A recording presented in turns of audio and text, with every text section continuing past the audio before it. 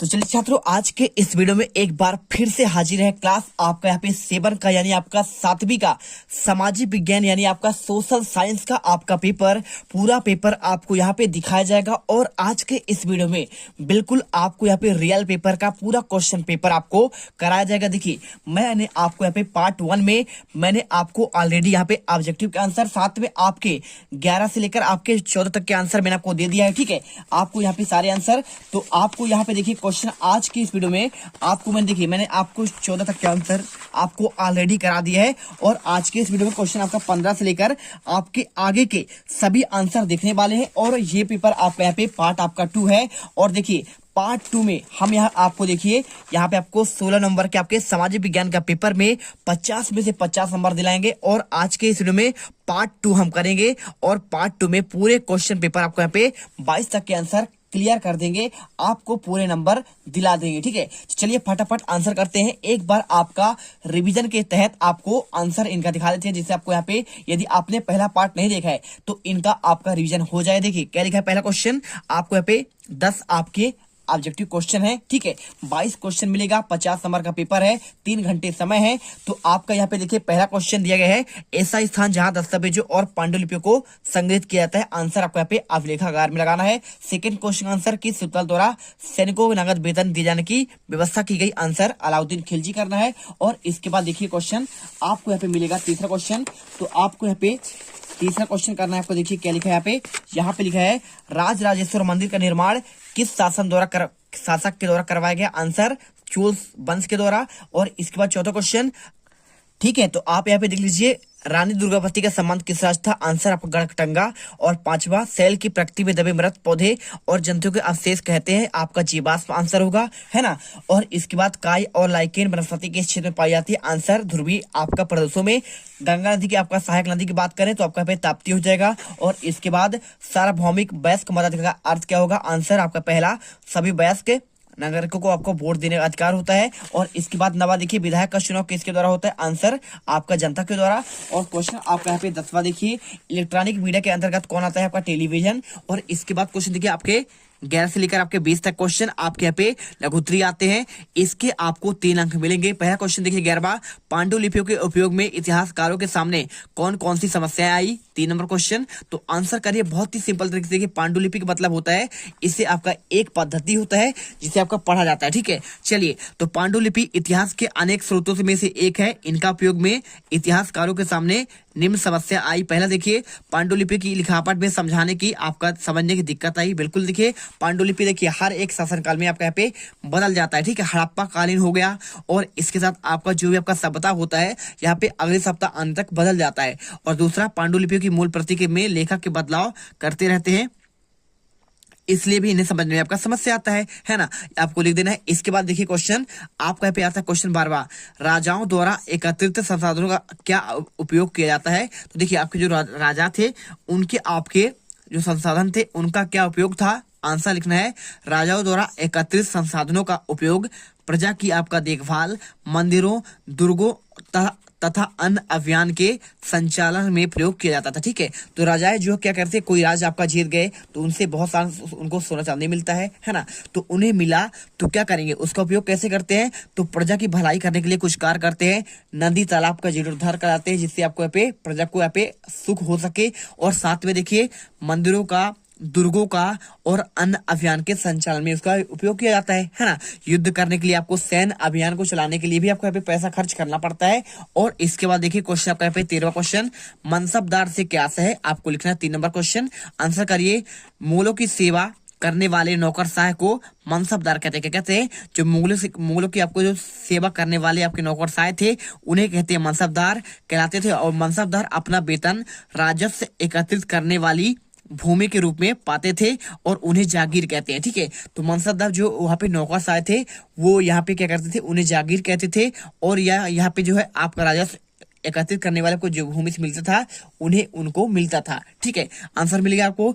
इसके बाद देखिए क्वेश्चन आपका यहाँ पे आता है 14वां, तो 14वां क्वेश्चन देखिए यहाँ पे लिखा है, सिखों द्वारा स्थापित राखी व्यवस्था किससे संबंधित थी। देखिए, तो बात कर रहा है राखी व्यवस्था की बात कर रहा है। 3 नंबर क्वेश्चन आंसर करना है, सिखों द्वारा स्थापित राखी व्यवस्था को जो था यहाँ पे राज्य व्यवस्था से आपका संबंधित है। ठीक है, आपको आंसर बहुत ही सिंपल है।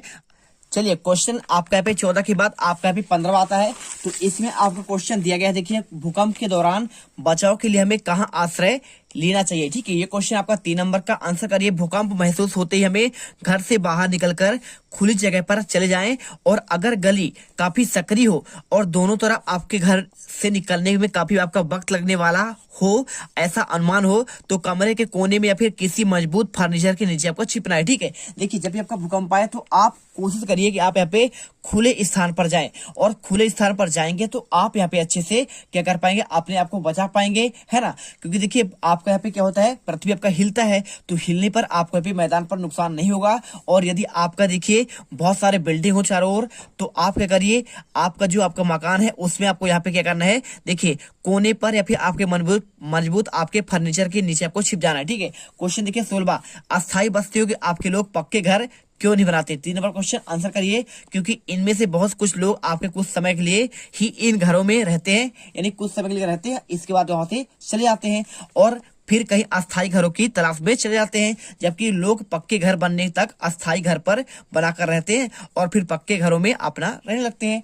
आपको आंसर कर देना। इसके बाद क्वेश्चन देखिए, जनसंख्या घनत्व क्या है, आपको पूछा गया 3 नंबर क्वेश्चन आंसर करिए।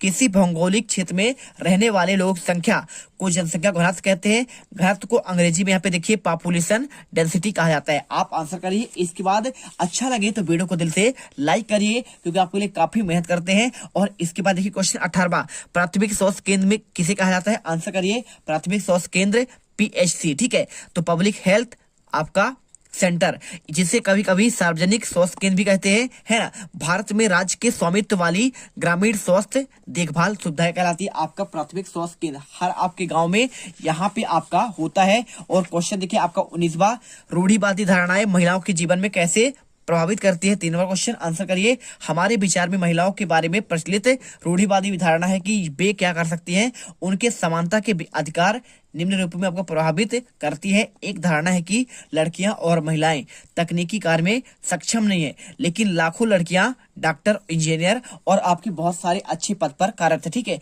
तो आपको यहाँ पे महिलाओं को कम नहीं आंकना चाहिए। इसके बाद देखिए क्वेश्चन आपका आता है यहाँ पे आपका 20वां। तो 20वां क्वेश्चन आपको दिया गया, इसमें देखिए मताधिकार में समानता की भावना कैसे आपका विकसित होती है। 3 नंबर क्वेश्चन आंसर करिए। सार्वभौमिक वयस्क मताधिकार का विचार समानता के विचार पर आधारित है, क्योंकि यह घोषित करता है कि देश के हर एक वयस्क स्त्री हो या फिर आपका पुरुष हो, चाहे उसका आर्थिक स्तर कोई भी हो, वो गरीब हो या फिर आपका अमीर हो, जाति कोई भी हो, वह समान रूप से आपका वोट देने का अधिकार उसे मिल सके और आपका वो वोट कर सके और आपने यहाँ पे प्रतिनिधि को चुन सके। ठीक है, इसके बाद देखिए यहाँ पे आपका 22 लिखा है। ठीक है, आपको 24 नहीं है, आपका 22 क्वेश्चन है एक मात्र। तो देखिए दीर्घ क्वेश्चन आपके इसमें आपके 22 क्वेश्चन है। 21वां क्वेश्चन आपका 5 नंबर का है। तो देखिए 5 अंक आपके निर्धारित थे। चोल राजाओं के समय कृषि और सिंचाई की क्या व्यवस्थाएं थी, आपको आंसर करना है। आर्थिक जीवन का आधार कृषि थी और भूमि का स्वामित्व समाज में सम्मान की बात थी। कृषि के साथ आपका पशुपालन भी था, व्यवसाय भी आपका समुन्नत थी। चोल देशों में सिंचाई की सुविधाएं के लिए कुओं और तालाब खुदवाए गए और नदियों को अववाह को रोककर पत्थर के बांध घिरे जलाशय यानी आपको डैम बनवाए गए। साथ में कावेरी नदी पर बांध बना और साथ ही एक झील खुदवाई गई जिसका बांध 16 मील आपका लंबा है। ठीक है, तो नागार्जुन सागर आपका आंसर यहाँ पे आपको यहाँ पे जो बांध की बात कर रहा है तो नागार्जुन सागर बनवाया गया था। इसके बाद आपका यहाँ पे लास्ट क्वेश्चन आता है। लास्ट क्वेश्चन में लिखा है प्राचीन काल में मंदिरों के आसपास नगरों के विकसित होने का क्या कारण था। 5 नंबर क्वेश्चन आंसर करिए। मंदिर समाज और अर्थव्यवस्था दोनों के लिए आपके अति आवश्यक है और इसके लिए इनके आसपास आपके बसते गए, है ना। और इसके बाद देखिए यहाँ पे क्या लिखा गया है, इसमें आपका लिखा गया इसमें शासक मंदिरों की भूमि और धन अनुदान में देते थे, जिनकी आय से धार्मिक अनुष्ठान विधि विधान से आपका संपन्न कराया जाता था। इसके बाद तीसरा पॉइंट, मंदिर के आपके कर्ता धर्ता धन के साहूकार में लगाते और वे धीरे धीरे आसपास की बड़ी संख्या दर्शनी व आपका लोग आकर बसते गए। ठीक है, ऐसा आपका यहाँ पे क्या हुआ, मंदिर के आसपास आपका यहाँ पे नगर का विकास हुआ।